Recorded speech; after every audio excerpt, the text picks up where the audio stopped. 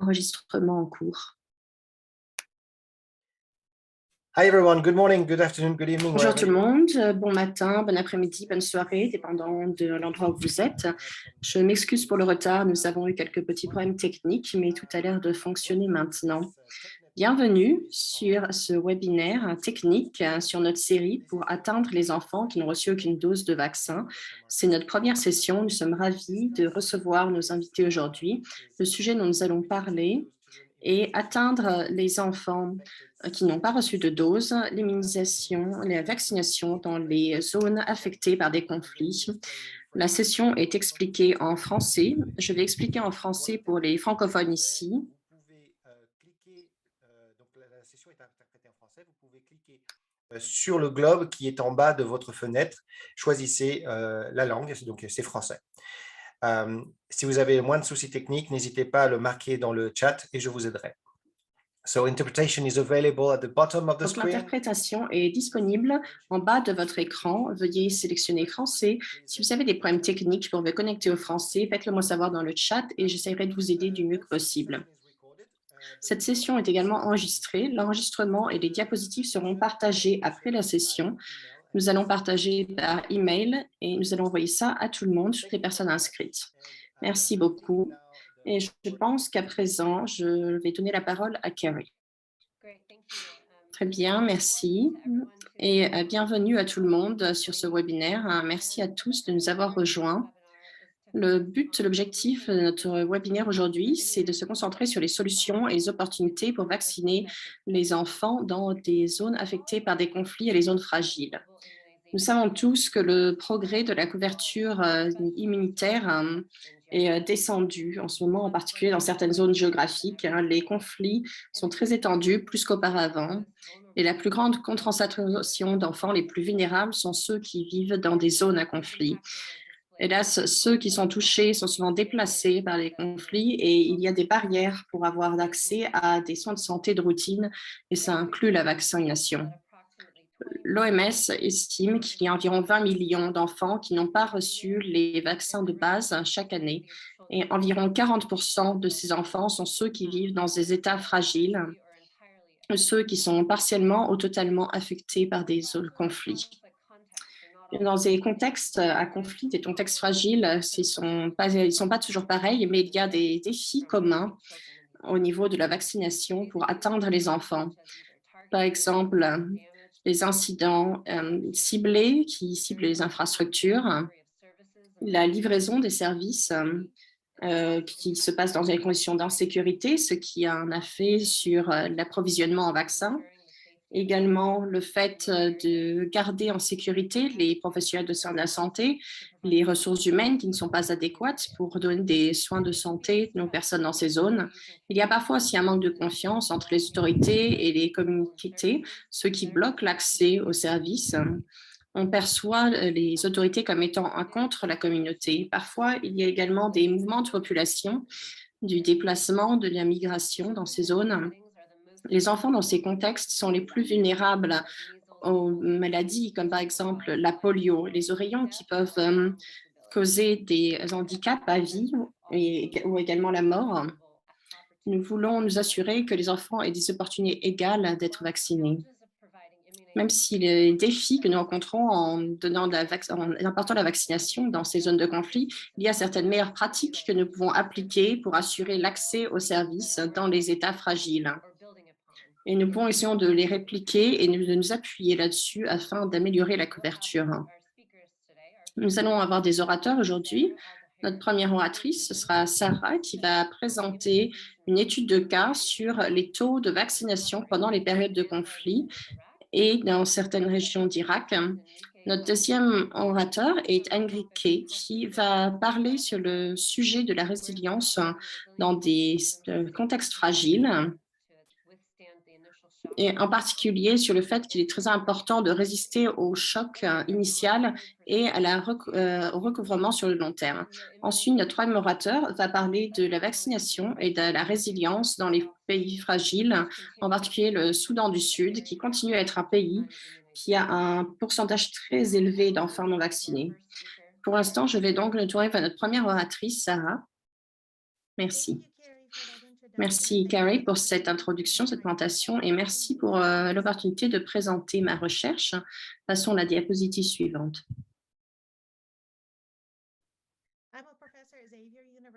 Je suis professeure et je suis également formée en tant que pharmacienne et je fais de la recherche sur l'épidémiologie et je vais présenter les recherches d'une étude sur 2 ans qui couvre une période de 6 ans dans la région d'Anbar en Irak. Diapositive suivante, s'il vous plaît. J'aimerais remercier mon équipe de recherche de l'Université John Hopkins, Dr. Ramos et Dr. Elam, et bien sûr notre équipe de recherche irakienne. Diapositive suivante. Cette équipe, vous pouvez passer à la diapositive suivante, oui. Cette étude a été menée pour voir quelles étaient les façons de prédire le manque de vaccination sur 12 mois parmi les enfants qui ont moins de 6 ans dans les zones de conflit, en regardant en particulier la polio, la DTP et les oreillons. Et nous voulions regarder non seulement les facteurs qui sont traditionnels, mais également des sets de données qui regardent des variables, comme par exemple au niveau des foyers. Nous allons regarder les prédicteurs qui sont en particulier associés au conflit, comme les déplacements internes, les dommages internes, l'insécurité alimentaire, l'insécurité au niveau du logement. Et nous avons considéré non seulement les calendriers de vaccination, mais également nous avons regardé divers vaccins, comme le vaccin contre le pneumocoque. Nous avons réfléchi à des stratégies qui sont durables non seulement dans les zones de conflit, mais également sur les périodes après le conflit. Si on peut passer à la diapositive suivante. Donc, pour donner un contexte, nous allons regarder l'histoire d'Irak. Je pense que tout le monde a une idée de cela. Donc, pour le programme de vaccination en Irak, le premier programme a été établi en 1986. Il y a eu beaucoup de succès. Il a été très robuste. Mais ensuite, ça a été suivi par 30 ans de guerre et d'invasion. Et il y a eu donc une descente après la première guerre du Golfe.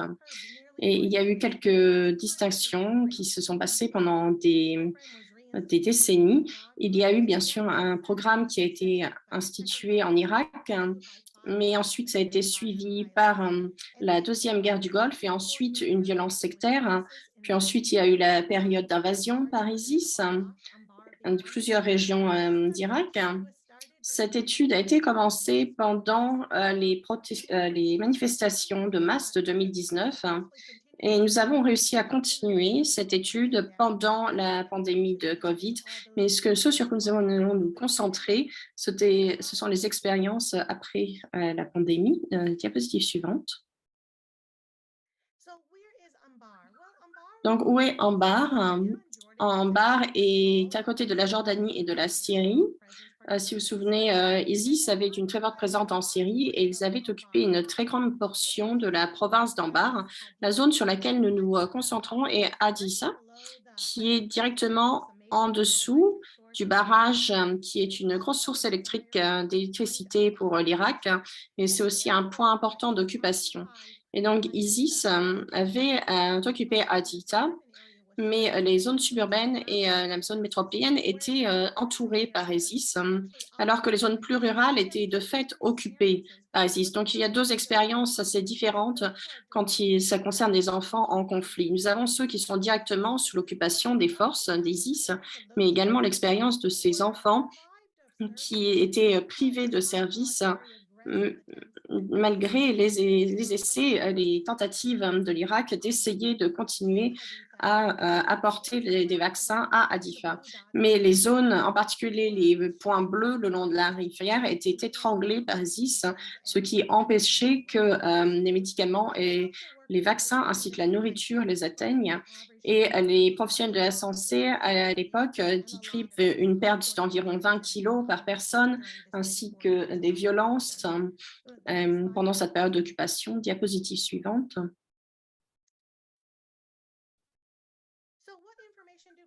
Donc, quelles informations nous avions avant de commencer l'étude? Nous avons regardé la couverture mixte et bien sûr, nous avons regardé ce format. Nous avions quelques informations qui datent d'après les violences sectaires en 2010. Et ensuite, nous pouvons voir qu'il y avait une couverture d'environ 63%. Directement après l'occupation par ISIS, il n'y avait plus qu'une couverture de 40%. Ensuite, si vous regardez les enfants qui ont pu recevoir tous les antigènes nécessaires avant l'âge de 15 mois, cette couverture n'est que 27% des enfants en bas qui étaient complètement immunisés à temps avant d'avoir 15 mois.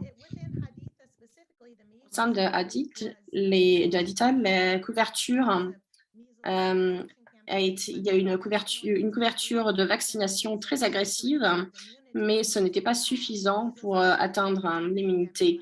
Donc, les oreillons sont revenus à un niveau endémique dans cette région.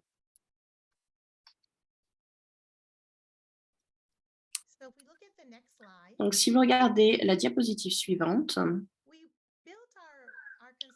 nous sommes appuyés sur un modèle conceptuel pour cette étude avec un mix traditionnel, mais nous avons également regardé les variables de résilience. Par exemple, qu'est-ce que le système de santé pouvait faire, non seulement pour maintenir, mais avoir certains aspects de la recouverte.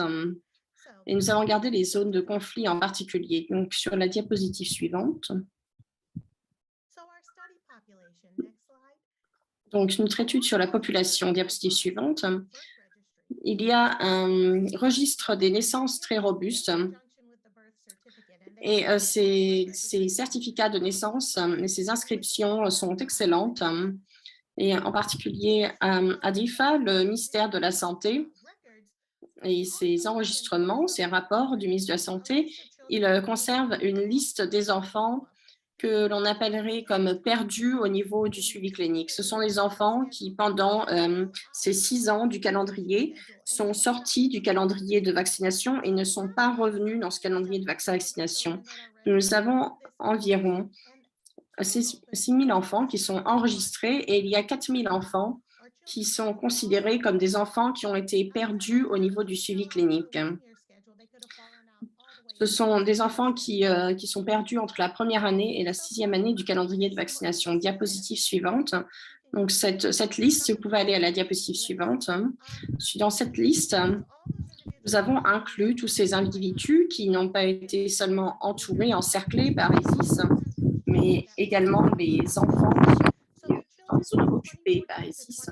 Donc, par exemple, les enfants qui ont été les enfants dans les zones de conflit, mais nous avons également comparé aux enfants qui étaient nés entre 2018 et 2020, donc ceux qui sont nés après le conflit. À cette époque, il n'y avait qu'environ... vous pouvez passer à la diapositive suivante. Comment est-ce que nous avons fait pour l'échantillonnage? Nous avons pris cette liste et nous avons choisi 450 foyers. Nous avons pris un enfant par foyer pour avoir leur information au niveau de la vaccination. Donc, au total, nous avons 1450 enfants de moins de 5 ans. Nous avons suivi les protocoles de santé contre la COVID-19. Et ensuite, nous avons considéré le calendrier de vaccination. Donc, ici, nous avons le professeur qui a vacciné les enfants tout en faisant cette étude. Diapositive suivante, si vous pouvez y passer, merci. Donc, nous avons utilisé une analyse. Nous avons regardé les prédicteurs les plus courants, mais également, nous avons voulu savoir pourquoi ces enfants tombent en dehors de ce calendrier de suivi de vaccination. Pourquoi ils sont perdus au suivi. Maintenant, diapositive suivante, s'il vous plaît. Et voici nos résultats primaires. Si vous passez à la diapositive suivante, vous pouvez aller à la suivante. Restez sur cette diapositive pendant un moment. Nous avons trouvé les enfants qui étaient nés pendant le conflit et après le conflit. Le problème principal rapporté par les parents est que le vaccin n'était pas disponible et qu'ils ne pouvaient pas emmener leurs enfants au rendez-vous pour les faire vacciner à cause des conflits. Ce qui est intéressant, c'est qu'après les conflits, entre 2018 et 2020, environ 27% de ces parents ont également dit qu'en particulier des problèmes liés à ISIS, des violences liées à ISIS, même dans cette période d'après-conflit, les ont empêchés également d'aller faire vacciner leurs enfants. Diapositive suivante. Quelle était leur expérience? 28% ont été déplacés, 66% ont été encerclés par ISIS et environ 70% avaient des problèmes à avoir accès à la nourriture et à des soins de santé. Diapositive suivante.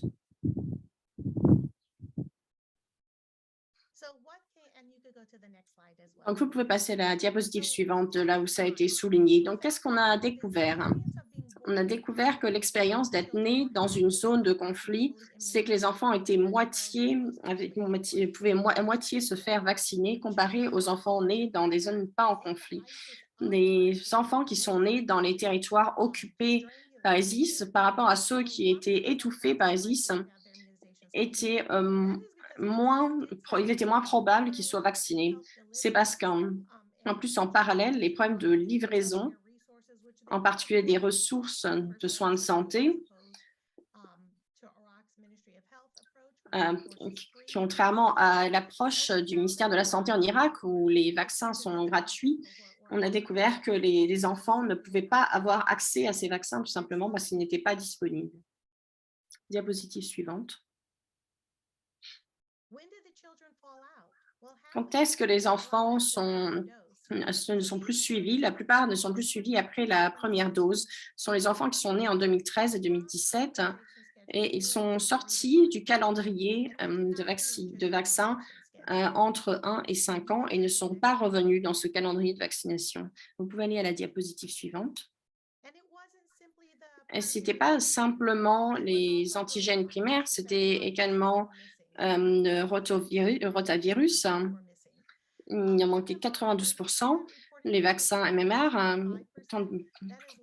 également. Ça a été largement dû au fait qu'il y a une campagne agressive de distribution. Diapositive suivante. Quel est l'impact sur la santé publique? Diapositive suivante. Si nous faisons une modélisation, nous pouvons extrapoler que tous les enfants dans ce district, ça représente 20 000 enfants. Il y en a 30% qui ne sont pas suffisamment vaccinés, 10% qui sont, selon Gavi, sous-vaccinés. Il leur manque le DTP3. Et 3% sont considérés, donc presque 800 enfants sont considérés comme des enfants zéro dose.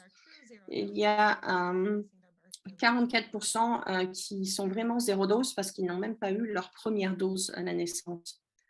Diapositive suivante. Ce qu'on espère, si vous regardez les tendances nationales, il y a eu de fantastiques améliorations au niveau de la mortalité infantile depuis 2006, mais dans des zones qui manquent de ressources, comme en Irak, en particulier à cause des conflits, il y a des poches d'enfants qui sont vulnérables dans les zones post-conflit et ces enfants continuent à être vulnérables. Et même si il y a eu de l'amélioration, les infrastructures ne se sont pas suffisamment remises pour pouvoir ramener les enfants dans le système de santé avec le manque de vaccins qui est une des raisons principales. Pendant cette étude, nous avons dû conduire cette étude en grande partie pendant la pandémie de COVID. Diapositive suivante. Et je voudrais remercier les universités pour leur soutien et également le travail fantastique conduit par l'UNICEF et également le mentorat de l'Université de Johns Hopkins.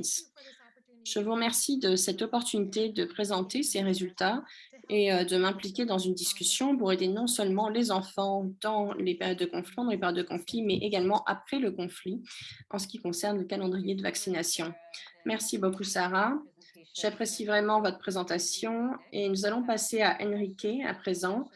Et il y aura des questions, des discussions à la fin de toutes les présentations. Merci. Oui, bonjour tout le monde. Merci pour cette présentation. Notre présentation aujourd'hui est au sujet de la résilience de la vaccination dans les contextes fragiles, le momentum intégré de la résilience de la santé, approche de l'UCED. C'est moi qui vais la présenter et Isabelle Prémor également. Suivante. Suivante. Ce prix de l'UCED fait partie de plusieurs prix reçus entre 2020 et 2025. Il y a eu 6 prix. Celui dont nous allons parler aujourd'hui, ça va être au sujet de la résilience intégrée au niveau de la santé, améliorer la planification familiale et la santé reproductive dans les contextes en conflit ou fragiles. C'est une approche intégrée dont nous voulons parler. C'est un travail qui a été fait au niveau mondial avec divers partenaires, en particulier sur la vaccination de routine, sur de la santé privée suivante. Ce prix, le MIHR a soutenu, appuyé la vaccination dans le Soudan du Sud, au Congo, au Mali, au Burkina Faso et au Niger. Et la vaccination se passe souvent au niveau infranational dans ces pays, dans des districts désignés ou équivalents. Le projet a divers partenaires comme GSI, Pathfinder, IMA, CARE, l'Association de la santé chrétienne en Afrique. Diapositive suivante. Donc, le projet se voit pas sur plusieurs domaines au niveau de la résidence, au niveau de la santé. Une petite partie de cette approche intégrée est un composant, par exemple, selon la définition de l'UCED. L'UCED définit la résilience de la santé comme la capacité des personnes, des foyers, des communautés, des systèmes et des pays à mitiger, s'adapter à et se remettre des chocs et au stress d'une façon qui réduit les vulnérabilités et les résultats au niveau de la santé qui ne sont pas équitables. Donc, ce sont les lignes directives qu'il propose. Diapositive suivante.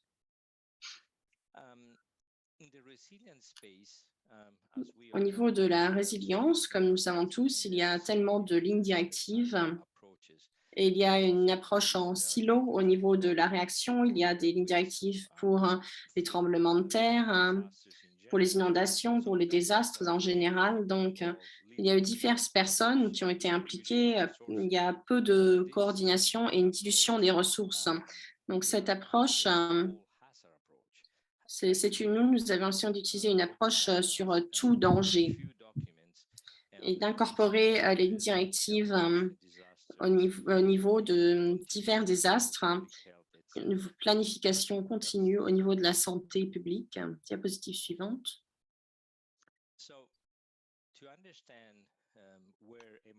Pour comprendre comment MHIR travaille, nous travaillons pour accélérer l'amélioration dans les contextes en crise. Vous pouvez voir que nous passons d'une division développement immunitaire, donc assistance immunitaire, à quelque chose de continu, un développement humanitaire. Et nous espérons que ça va aider à préparer, à mieux réagir en cas de crise et après la crise suivante. MIHR, la résilience de la santé MIHR, notre cadre de travail, c'est ce travail en retour. Donc, ce qu'on veut dire par là, c'est que nous sommes coordonnés d'une façon où il y a des chocs, des fragilités, des stress qui peuvent affecter une région, un district. Et ces stress et ces chocs peuvent provenir dans le pire, dans le scénario des risques. Il peut y avoir des conflits, il peut y avoir des inondations, il peut y avoir des sécheresses. Donc, tous ces stress, tous ces chocs, ils exigent d'avoir une réaction de la part des individus, des foyers, des communautés. Et ils créent ce qu'on appelle des capacités adaptatives et proactives. Et MIHR, la livraison des services, essaye de s'appuyer sur ces capacités pour construire divers programmes. Donc, par exemple, au niveau de la vaccination, nous aidons à investir dans ces capacités que nous allons décrire dans quelques minutes. Ça va également nous aider à avoir un système d'organisation en boucle au niveau de la gouvernance. Si nous continuons dans ce cadre de travail sur les chemins de la résilience, il y aura diverses options. Que ce soit à cause de ces différents chocs, nous pouvons rebondir ou faire mieux, ou juste rebondir simplement, ou entrer en mode de survie, où nous pouvons complètement nous effondrer. Donc, nous ne voulons pas que le résultat soit s'effondrer, comme il y a eu la COVID-19, c'était un choc au niveau des districts, et ça a fait rentrer pas mal de districts en mode effondrement. Suivante. Suivante. Suivante. Oui. Dans celle-ci, ce qu'on essaye de dire, c'est que nous avons un groupe de travail très actif à MIHR au niveau, nous travaillons sur l'agenda de vaccination pour 2030 et essayons de lier cela avec des initiatives de résilience au niveau du système de la santé, donc en suivant les directives de l'OMS. Au niveau de la résilience sanitaire, nous avons également l'UNICEF et son engagement envers les enfants, des lignes directives. Par exemple, en avril, nous avons défini ce qu'il fallait faire pour se remettre de la COVID-19. C'est une discussion continue avec le groupe de travail et nous avons hâte de continuer à avancer, à se remettre au niveau des vaccinations de routine suite à la COVID-19, en plus de vacciner contre la COVID-19. Le groupe a été très réactif à ce niveau-là. Suivante. Donc, les capacités de résilience sont définies suivantes. Suivante. Et nous devons assurer une relative revenez en arrière, s'il vous plaît. Oui, donc ce que nous avons ici, c'est que ces capacités que nous avons décrites sont catégorisées en 3 au niveau du nexus humanitaire. Le premier, c'est d'assurer une certaine stabilité pendant la crise. Nous appelons ça la capacité d'absorption. La suivante, c'est faire des changements vers une meilleure flexibilité. C'est ce qu'on appelle la capacité d'adaptation. Enfin, faire des changements structurels pour transformer le système. Et ces 3-là, ces 3 approches à la capacité de résilience, cela nous permet d'avoir un système de vaccination qui se prépare à réagir aux urgences quand nous sommes confrontés aux urgences suivantes. Donc, MIHR a conçu une approche pour atteindre les enfants qui n'ont reçu aucune dose sur le nexus de développement humanitaire. À gauche, vous pouvez voir les définitions. C'est un travail en progrès, définir quelles sont ces activités de vaccination qui peuvent être absorbantes, qui peuvent être d'adaptation ou qui peuvent être de transformation. Un exemple, par exemple, d'absorption, c'est ce que nous pourrons faire au niveau de la micro-planification pour les chocs et les tresses. Un exemple d'adaptation serait quand les institutions et les travailleurs de la santé sont préparés et équipés dans des contextes fragiles. Et une capacité transformatoire, c'est par exemple que la vaccination fait partie des structures au niveau national et infranational en cas d'urgence sanitaire. Donc, nous sommes en train de dévouer beaucoup d'énergie à ce développement. Du côté de la livraison des vaccins, nous avons 3 piliers. Un, c'est que l'utilisation de la résilience du système de santé, nous pensons fortement que l'approche RAID pourrait aider à compléter ce système afin de renforcer la livraison des vaccins. Nous avons également aligné notre travail avec les lignes directives de l'UCED et de Gavi, et également les partenaires de la Croix-Rouge, l'UNICEF, l'OMS. Ce sont des partenaires très importants pour essayer de maintenir et de restaurer les services de vaccins pour atteindre les enfants qui ont reçu 0 dose dans les contextes fragiles. Et nous sommes alignés avec diverses approches pour atteindre ces enfants et mieux les servir. Mais c'est un travail très important au niveau de la coordination. Suivante.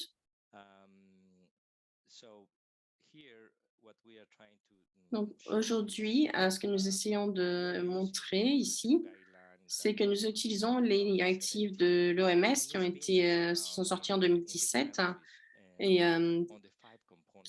il y a 5 composants pour atteindre chaque district et chaque communauté. Et il faut également utiliser la microplanification. Pendant les 5 composants, nous devons nous impliquer avec les communautés, une supervision qui aide, superviser et utiliser les données pour les actions, planifier et gérer les ressources et atteindre toutes les populations admissibles. Ça fait partie de la planification en ce qui concerne la résilience. C'est pour ça que nous devons travailler avec les institutions de la santé au Soudan du Sud, par exemple, et que nous faisons un travail sur la résilience en conduisant des évaluations sur la sensibilité aux crises et la complicité. Nous avons également des enquêtes sur la supervision récurrente et au niveau de la communauté, nous avons l'analyse de la résilience des communautés. Donc, nous essayons d'amener l'approche RED au niveau supérieur de la micro-planification. Et c'est une opportunité d'apprendre entre pays, avec l'UCED et avec nos partenaires au niveau mondial. C'est une opportunité d'échanger et d'apprendre ensemble. Suivante.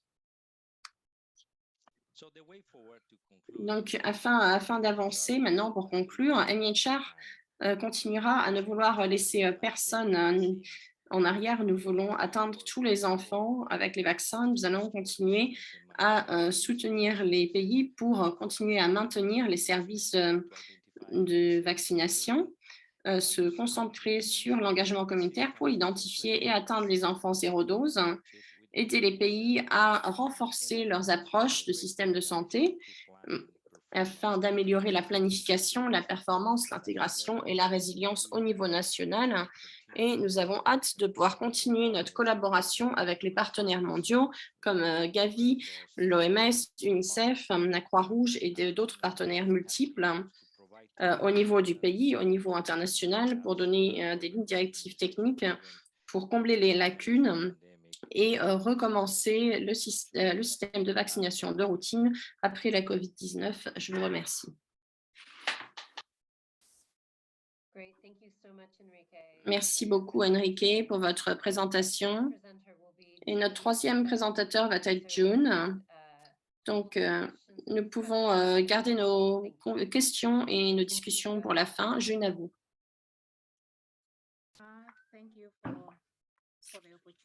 Merci pour l'opportunité. Je travaille au Soudan du Sud pour Momentum sur la résilience des programmes d'immunisation. Diapositive suivante.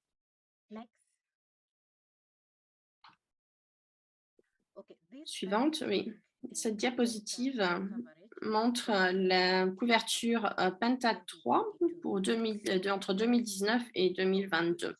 Comme vous pouvez voir, à partir de 2019, la couleur rouge qui montre que la couverture est à moins de 50% et est atteint plus de pays. La plupart des comtés en Soudan du Sud sont en rouge. Et en arrivant en 2020, ça avait un petit peu changé. Certains des comtés qui étaient rouges sont devenus jaunes et ensuite le vert a commencé à s'étendre. En 2021, maintenant, il y a le vert est dans beaucoup plus de comtés. Ça veut dire que la couverture est bien meilleure qu'en 2019. Donc, en comparant en 2022, c'est seulement jusqu'en juillet, même pas jusqu'en août 2022, donc il nous manque un mois, mais ça montre qu'il y a vraiment un changement. Malgré le fait qu'il y a d'autres défis, comme des inondations dans certaines régions, Momentum essaie également de mettre en œuvre de l'aide dans les comtés qui sont affectés par les inondations. Il y a beaucoup d'insécurité, mais la situation change tout de même au niveau de la vaccination dans Pentin 3. Suivante.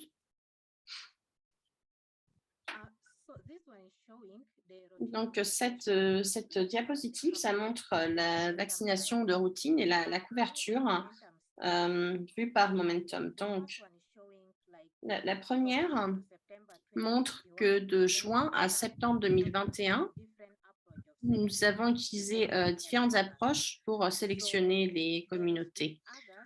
Ensuite, en août, le critère de sélection que nous avons utilisé, ce n'était pas le même système de critères communautaires. Nous avons parlé aux leaders dans la communauté pour sélectionner des travailleurs de la santé et nous allons travailler au niveau de la communauté. C'est pour ça que dans ce graphique, il y a un trou entre août et septembre. C'est quand nous avons commencé à sélectionner des professionnels de la santé différents au niveau de la communauté. Et nous avons commencé à recruter de nouveaux professionnels de la santé selon le système du gouvernement qui nous a permis de faire ainsi. Et ensuite, en octobre, nous avons commencé à obtenir de nouvelles données et vous pouvez voir qu'en 2022, nous avons des données administratives de la part de Momentum et c'est à jour jusqu'à présent. Ils cherchent les enfants qui ont reçu aucune dose, 0 dose. Diapositive suivante.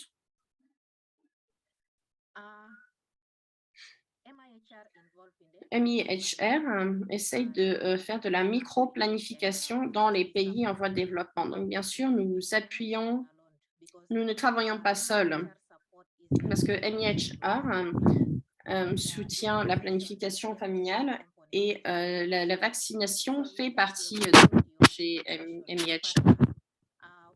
Nous essayons de travailler de façon intégrée avec nos partenaires. Nous allons former les partenaires ensemble sur la façon de développer un micro-plan, un micro-programme sur comment atteindre les diverses zones. Ensuite, nous essayons de travailler au niveau des comtés, au niveau du développement de la micro-programmation, au niveau de la communauté. Suivante.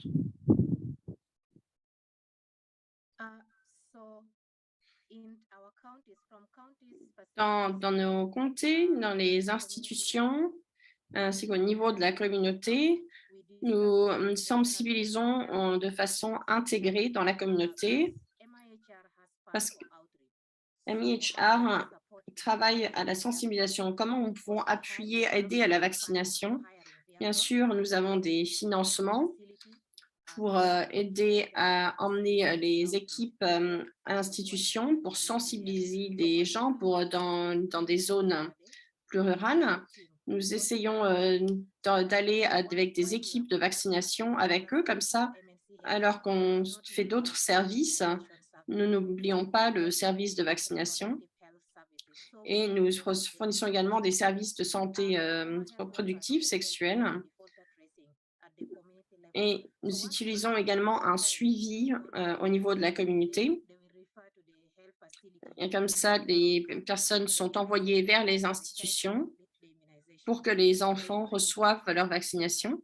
Ils enregistrent les enfants et ensuite ils font un suivi. Donc, ils font un suivi au niveau de la vaccination des enfants. Il y a quelque chose qu'ils appellent un fichier familial pour les travailleurs de la santé. Une fois qu'ils ont enregistré un enfant dans un foyer, par exemple, un professionnel de la santé couvre par exemple 45 foyers et il va avoir ces 45 fichiers familiaux et il va enregistrer ces 45 foyers. Donc, par exemple, s'ils savent qu'il y a une mère qui va accoucher le mois suivant, ils vont savoir qu'il y a un enfant dans ce foyer qui a besoin d'être vacciné. Donc, ce fichier familial, ça permet aux professionnels de la santé d'effectuer un suivi au niveau de la communauté et au niveau du foyer. Par exemple, s'ils savent qu'un foyer il y a un enfant qui doit se faire vacciner, et c'est comme ça que nous pouvons atteindre les enfants qui ont reçu 0 dose dans la communauté grâce au fichier familial et pour savoir quand les enfants doivent recevoir leur vaccination suivante. Maintenant, diapositive suivante. Si on peut revenir un petit peu avec certaines connaissances que nous avons sur les vaccins, nous avons pu réfléchir et voir si un vaccin est expiré, voir si le vaccin est à l'étape 2, à l'étape 3. Donc, quand nous supervisons, nous regardons cela avec le gouvernement pour voir ce qui se passe. Nous nous occupons de l'immunisation et de la résilience. Nous avons développé un programme de réaction et de préparation pour les institutions de la santé afin d'atteindre les zones, toutes les zones, malgré les chocs et les stress, comme ça a été expliqué précédemment, dans les zones d'insécurité, en particulier quand il y a des inondations, comme en ce moment. Suivante.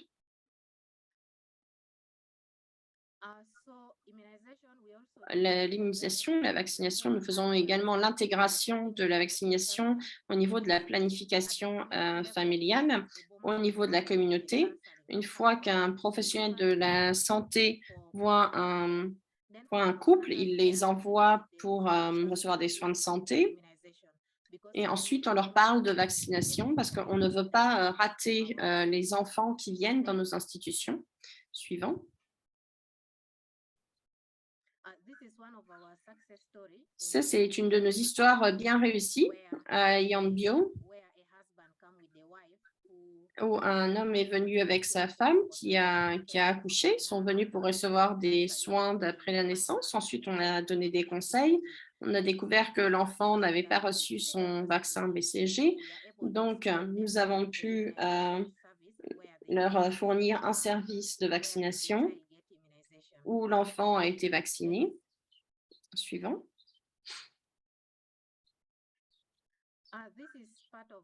Et ça fait partie de notre plan de réponse. Donc, bien sûr, l'objectif au niveau des urgences et de la préparation, c'est développé en 3, à court terme, à moyen terme et à long terme.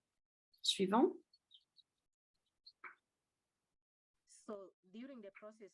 Ensuite, pendant le processus de développer ce programme d'urgence et de réaction, nous avons travaillé avec des équipes au niveau des comtés, des équipes de comtés pour développer ce programme d'urgence et de réaction dans le Soudan du Sud en cas d'urgence et pour répondre au stress et au choc.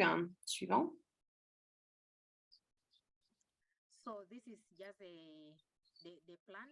Donc, ça, c'est le plan suivant, c'est ce qu'on va faire ensuite. Donc, je pense que ça, c'est tout de mon côté. Merci. Fantastique, merci June. Merci à tous nos présentateurs aujourd'hui. Et à présent, nous allons ouvrir les questions et les discussions. Je crois qu'il y a eu déjà quelques questions qui ont été postées dans le questions et réponses. Et ensuite, nous allons nous tourner vers Alex pour répondre aux questions. Et juste pour vous rappeler, n'hésitez pas à poser vos questions sur la case Q&A. Vous ne trouvez pas, vous pouvez également les poser dans le chat, mais c'est juste plus simple si vous posez dans la case Q&A. Je vois aussi qu'il y a des gens qui ont levé leur main. N'hésitez pas d'abord à poser votre question, s'il vous plaît, dans la case de commentaires Q&A.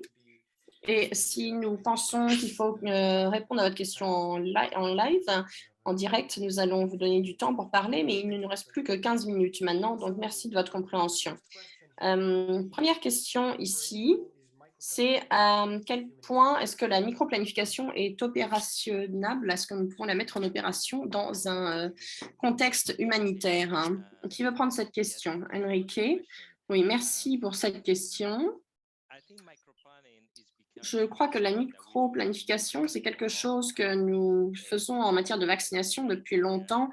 Nous avons fait ça au niveau du développement humanitaire. Nous faisons ce que nous pouvons faire. Maintenant, la question, c'est comment ces 5 piliers ou composants de micro-planification que nous avons décrits pourraient être complétés par un système au niveau des réactions en cas d'urgence.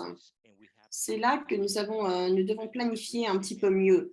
Et je pense que les outils de résilience au niveau de la communauté que nous avons à présent, à cause du changement climatique, par exemple, et d'autres composants, je pense que nous pouvons rafraîchir un peu cette micro-planification et ces composantes. Nous devons voir ce que les systèmes de la santé peuvent faire pour aider au niveau de la vaccination. Et j'ai vraiment confiance dans le fait que nous pouvons commencer à produire quelque chose dans le Soudan du Sud et dans d'autres pays à partir des leçons que nous avons apprises au niveau des innovations que nous sommes en train de tester au niveau du pays en ce qui concerne la micro-planification. Merci Enrique. Une autre question de Hugo à June. Quels sont les défis en ce qui concerne la logistique au niveau de la vaccination de routine au Soudan du Sud? Est-ce que c'est lié à la chaîne du froid ou au transport? Ce, ce- ce n'est pas different. dans le Soudan du Sud, c'est différent. Peut-être que dans d'autres pays, c'est parfois le transport est là, la chaîne du froid.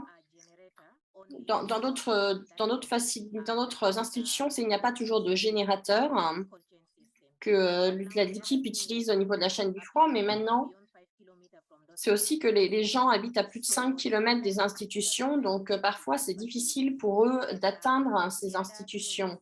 Et l'autre chose, c'est que quand il y a d'insécurité, ces choses sont enlevées. Donc parfois ils enlèvent les générateurs, donc tous les vaccins vont être gâchés, par exemple, et en particulier quand il y a des zones d'inondation. Ils emmènent des boîtes froides pour les vaccins, mais l'accès à ces endroits, c'est pas un seul défi. C'est pas un seul défi au niveau logistique, c'est que les gens ne peuvent peut-être pas toujours aller, par exemple, en haut de la montagne. Il faut que les gens portent les vaccins tout en haut de la montagne, par exemple, ou là où les gens se cachent. Merci. Merci, June. Question suivante de Abdou. Quels sont les défis de mettre en œuvre les activités de développement tout en développant des actions humanitaires, ce qui veut dire que, par exemple, quand la crise n'est pas terminée? Est-ce que quelqu'un veut répondre à cette question?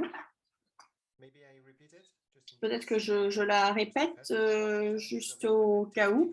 Quels sont les défis de mettre en œuvre des activités de développement tout en développant des activités humanitaires? Je veux dire, Sarah peut le faire ou je peux le faire, je ne sais pas.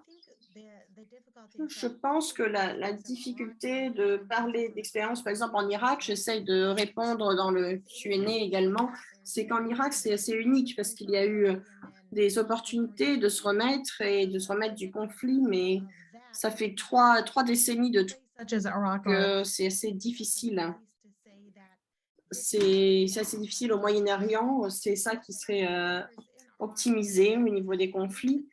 Les professionnels de la santé, ce qu'ils disent, c'est qu'ils ont besoin d'associer ces activités pendant la période d'après-conflit, tout en prévoyant le conflit suivant. Je veux dire, pendant les périodes de paix, on espère que la paix va durer, mais il faut être également agressif sur le terrain pour créer un système de santé, des structures collatérales qui pourraient donner l'opportunité d'atteindre des personnes isolées si jamais il y avait un autre conflit.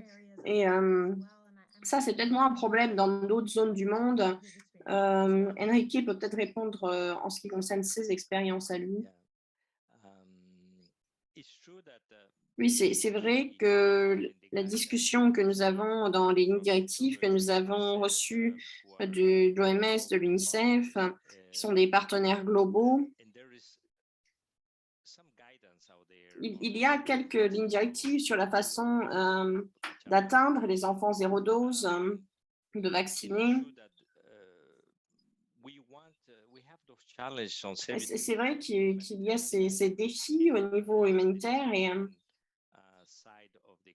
et puis il y a la partie développement de l'équation, mais le défi, c'est comment est-ce que nous faisons pour travailler sur un Nexus? Comment nous nous préparons?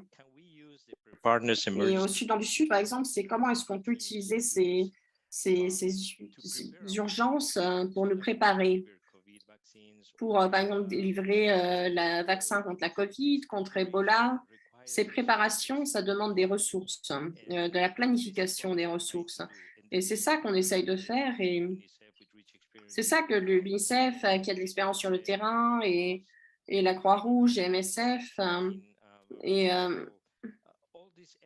tous ces éléments doivent être intégrés dans la micro-planification, mais ça doit être une micro-planification qui doit être mise à jour quand on pense au suivi des enfants, à la communication satellite. Nous essayons de voir comment nous pouvons suivre ces populations et les superviser et atteindre ces enfants zéro dose. Je pense que la question que je vois ici, c'est aussi une opportunité.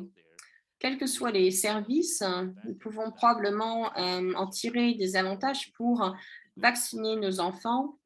Ou alors, si la mère va pouvoir faire un suivi, nous pouvons également utiliser cette opportunité. Il y a des opportunités qui existent et les partenariats sont très importants. Nous ne pouvons rien livrer si nous ne travaillons pas ensemble. Thanks a lot, Enrique. Merci beaucoup, Enrique. The next question. Question suivante. Thank you for the interesting presentations. Merci pour les présentations intéressantes. C'est une question d'Alison Clinton. Je suis intéressée par ce fichier familial et que ça inclut des informations hors MNCH, par exemple la participation dans d'autres campagnes de santé, les filets anti-moustiques, l'administration de médicaments pour les maladies tropicales négligées. Je pense que c'est pour moi. Le fichier familial, c'est un fichier qui a toutes les informations. Donc, toutes les inscriptions, toute la famille est inscrite. Ça dit, par exemple, si quelqu'un est mort dans la famille récemment, il y a aussi la raison de la mort. Donc, ainsi, ça entre dans les statistiques. Et cela contient également des informations sur la santé. Par exemple, si la mère est enceinte, quand est l'accouchement, l'état de la grossesse. Et enfin, il y a une section C, c'est pour les enfants. C'est est-ce qu'il y a des enfants qui ont moins de 5 ans? Quand est-ce que leurs enfants ont reçu leur vaccin BCG? Quand est le prochain vaccin? Ensuite, il y a également une section sur les produits sanitaires. Est-ce que ce foyer a quelque chose pour se laver les mains, par exemple? Combien est-ce qu'ils ont de filets anti-moustiques? Qui utilise ces filets anti-moustiques? Il y a des situations dans le Soudan du Sud où il y a des famines, donc peut-être qu'il y a aussi qui est le chef de famille, qui dort sous un filet anti-moustique, qui dort dehors, pour savoir qui est à risque de paludisme, même les enfants de moins de 5 ans, s'ils sont à risque de paludisme, s'ils ne dorment pas sous un filet anti-moustique. Regardez aussi si le filet anti-moustique est utilisé, parce que la famille peut dire oui, nous avons des filets anti-moustiques, mais est-ce qu'ils sont utilisés? Donc ça également, ça fait partie des informations qu'ils ont dans ce fichier familial. Et ensuite, il y a d'autres choses. Par exemple, au niveau le package d'initiative santé, c'est se savoir si quelqu'un souffre de verre, de Karazac, qu'est-ce que cette personne doit faire? Donc, il les envoie et les sensibilise. Merci beaucoup, June.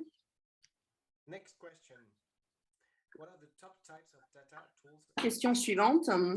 Quels sont les principaux types de données, d'outils et de systèmes qui sont nécessaires pour atteindre la ZTC, en particulier dans les contextes en conflit ou fragiles, là où le gouvernement n'a peut-être pas accès? Est-ce que je dois répéter la question ou est-ce que quelqu'un veut la prendre?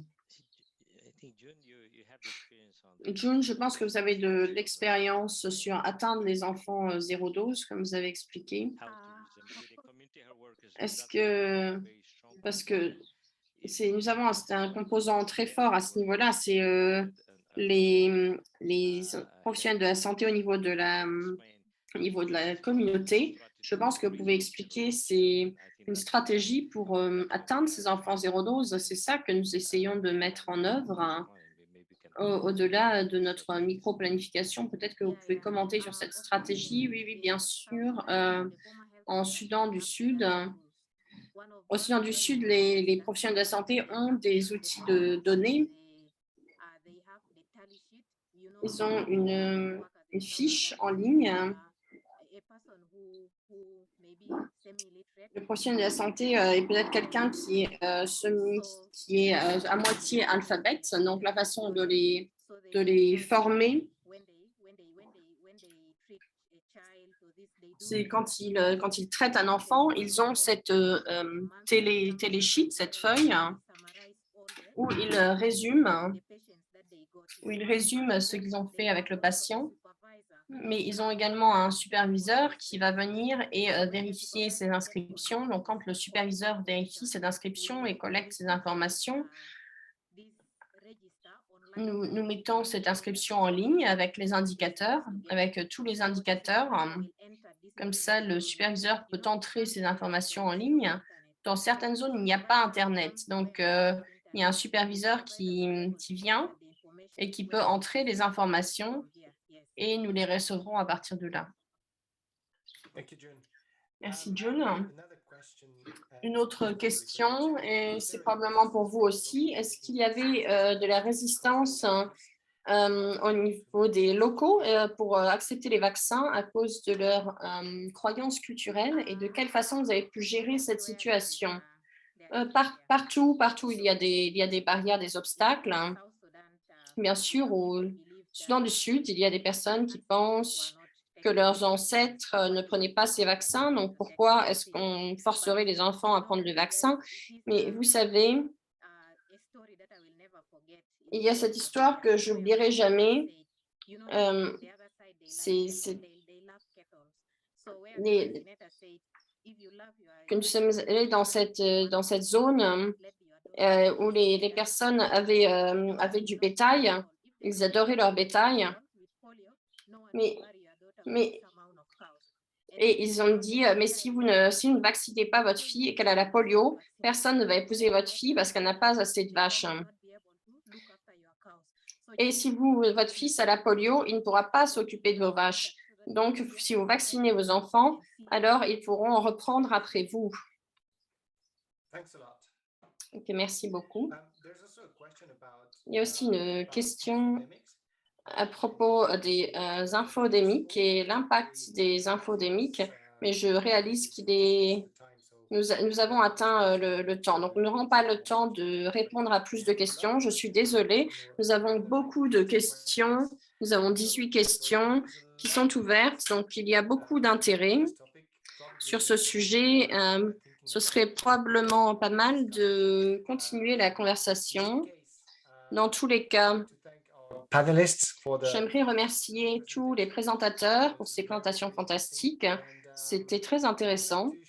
Nous allons partager avec vous le lien vers l'enregistrement parce que la session a été enregistrée en anglais et en français. Nous allons poster les vidéos sur notre chaîne et nous allons également partager le lien par email. Donc, tout le monde ici aura accès à la session ainsi qu'aux présentations et aux diapositives. En attendant, nous avons une autre session la semaine prochaine, le même jour, jeudi à la même heure. J'espère tous vous voir là. Nous vous souhaitons à tous une très bonne après-midi ou une très bonne soirée. Et à moins que quelqu'un, l'un des présentateurs, veut dire quelque chose avant de clôturer la session. June, Enrique, non, juste merci tout le monde. Je remercie tout le monde d'avoir rejoint le webinaire. Nous apprécions vraiment l'intérêt et les discussions qui sont ressorties et nous espérons continuer à répondre à toutes les questions et avoir d'autres opportunités dans le futur d'y répondre. Il y a peut-être une possibilité que nous puissions répondre à ces questions par écrit et d'envoyer ces réponses par email parce qu'il y a beaucoup de questions. C'est quelque chose dont je parlerai avec l'équipe. En tout cas, vous allez recevoir les diapositives et l'enregistrement, c'est certain, et nous espérons que d'ici vendredi ou la semaine prochaine en tout cas. Très bonne fin de journée tout le monde et nous espérons vous voir la semaine prochaine pour la session suivante. Merci beaucoup. Au revoir.